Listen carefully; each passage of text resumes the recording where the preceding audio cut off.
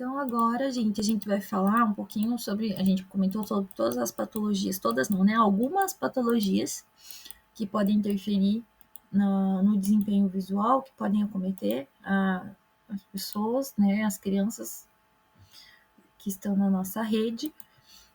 E agora a gente vai falar sobre as implicações no desenvolvimento e na aprendizagem.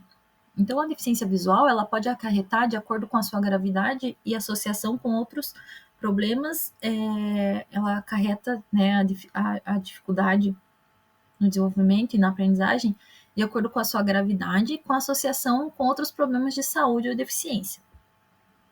Ela pode acarretar um atraso no desenvolvimento global, alfabetização no ritmo diferente, dificuldades nas atividades diárias. A pessoa pode ser hiperativa ou extremamente dispersa, né? Pode acarretar no prejuízo na interação social, interferência nos aspectos emocionais, orientação e mobilidade reduzida também, o comprometimento na autonomia e na independência, tem redução da coordenação motora, do equilíbrio. São crianças que são um pouquinho mais lentas para realizar algumas atividades, têm dificuldade na percepção, né, e no senso de profundidade, então, né, vão ter dificuldade de perceber alguns objetos na sala, não conseguem focar, então por isso a distração e essa hiperatividade ou a dificuldade são extremamente desatentas, né, porque tem dificuldade de focar, dificuldade de se concentrar por conta do extremo esforço visual. O tempo de leitura e de escrita também é diferente, né? Então, por isso, o ritmo de alfabetização é diferente, devido à questão de acomodação visual, né? Que também está relacionada à questão da deficiência visual. Então, para que o aprendizado seja completo e significativo, é importante possibilitar a coleta de informações por meio dos sentidos remanescentes. Porque se eu tenho um canal de entrada prejudicado, que é, no caso, a questão visual, eu preciso utilizar outros canais de entrada, né? Outros canais receptores de informação. E com isso eu vou utilizar a questão auditiva, o tato, o paladar, o olfato, né? Eu não posso me prender somente à questão visual e auditiva. Eu preciso proporcionar outros estímulos.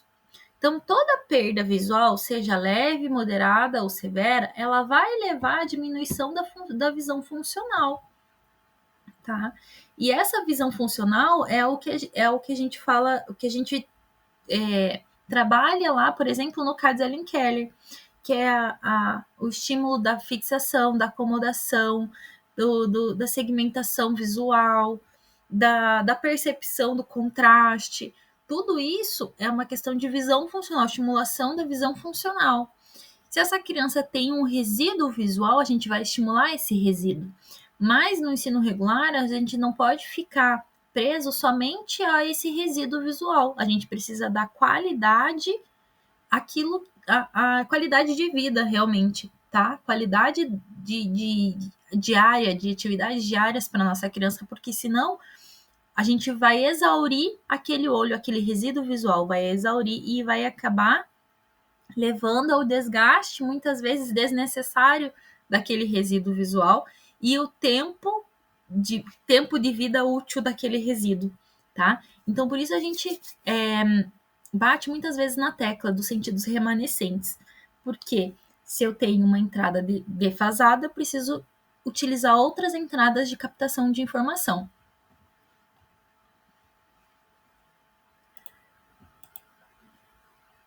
As crianças cegas ou com deficiência visual, muito mais do que as que enxergam adequadamente, durante o período escolar necessitam de estímulos específicos e também adequados para o desenvolvimento das suas funções motoras e cognitivas.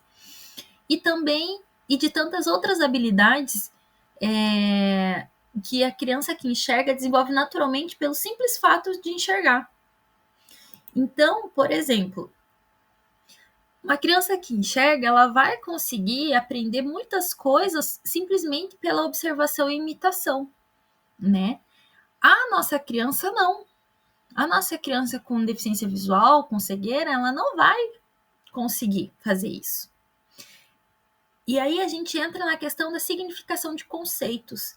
A criança com deficiência visual, com baixa visão, né, a criança com cegueira, ela precisa ter essa significação de conceitos, ela precisa que alguém faça essa significação de conceitos para ela, apresente o mundo para ela, tá? Porque, e quando eu digo apresentar, não é simples fato de falar o que está acontecendo, ou falar para ela, deixar ela ouvindo. Não, porque ela, na cabeça dela, ela vai criar N situações, né? Ela vai imaginar, não, eu preciso conceituar. Ela vai ficar num vazio completo porque ela não tem repertório para interpretar aquelas situações, para interpretar aqueles conceitos.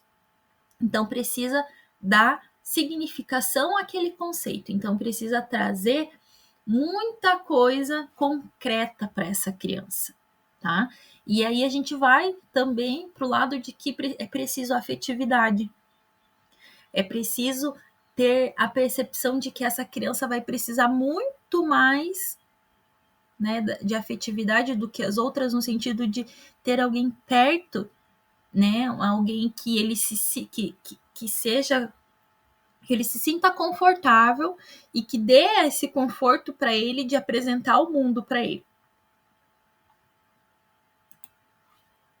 Então, quando a gente fala de visão, a gente já conceituou o que é função visual e agora a gente vai conceituar o que é visão funcional.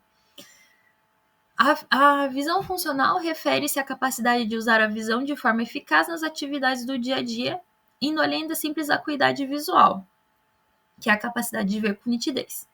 Envolve a percepção de profundidade, coordenação olho-mão, rastreamento visual e interpretação dos estímulos visuais. Uma boa visão funcional permite que a pessoa se localize no espaço, interaja com objetos e realize atividades cotidianas com facilidade. Então, quando a pessoa tem a visão funcional diminuída, ela vai ter um comprometimento da coordenação olho-mão, né? Por exemplo, que é uma habilidade cognitiva extremamente complexa e que permite realizar muitas atividades diárias, né? Muitas questões do dia a dia que a nossa criança vai ter dificuldade de realizar se ela tem a visão funcional diminuída. Ao mesmo tempo, ela deve ser sempre estimulada, né? A gente precisa estimular essa coordenação olho-mão, mas precisa estimular a visão olho-mão, a visão, estimular essa visão funcional de forma com que ela realize essas atividades para o dia a dia.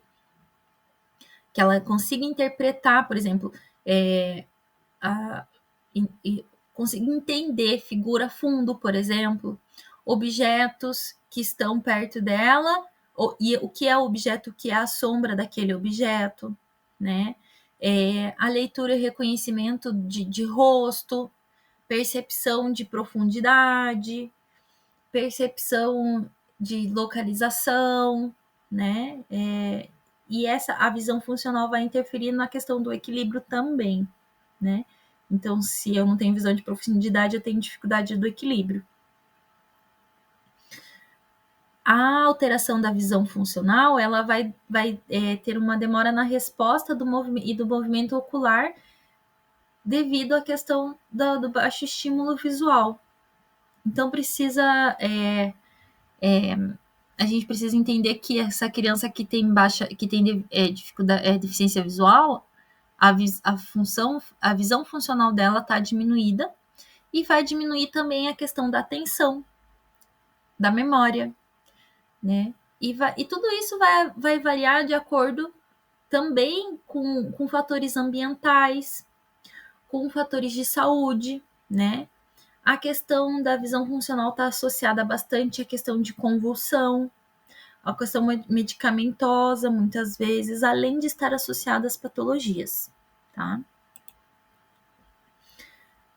A visão funcional ela é avaliada de forma mais qualitativa, observa-se como que a pessoa se comporta e realiza as atividades em diferentes ambientes, O foco é entender como a pessoa usa a visão para interagir com o mundo ao seu redor, incluindo as atividades como ler, escrever, caminhar, entre outras atividades.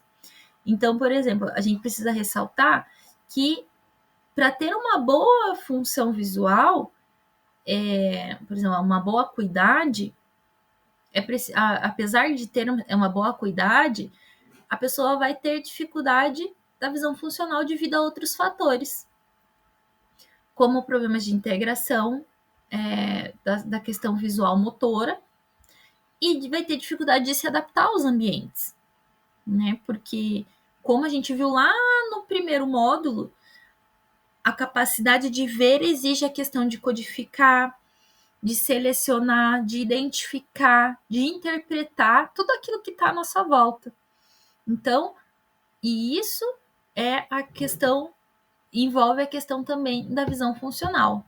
Então, essa visão, a avaliação pode ser feita por profissionais terapeutas ocupacionais, educadores especializados, entre outros especialistas da reabilitação visual, que é o que a gente também faz lá no CADES, tá bom?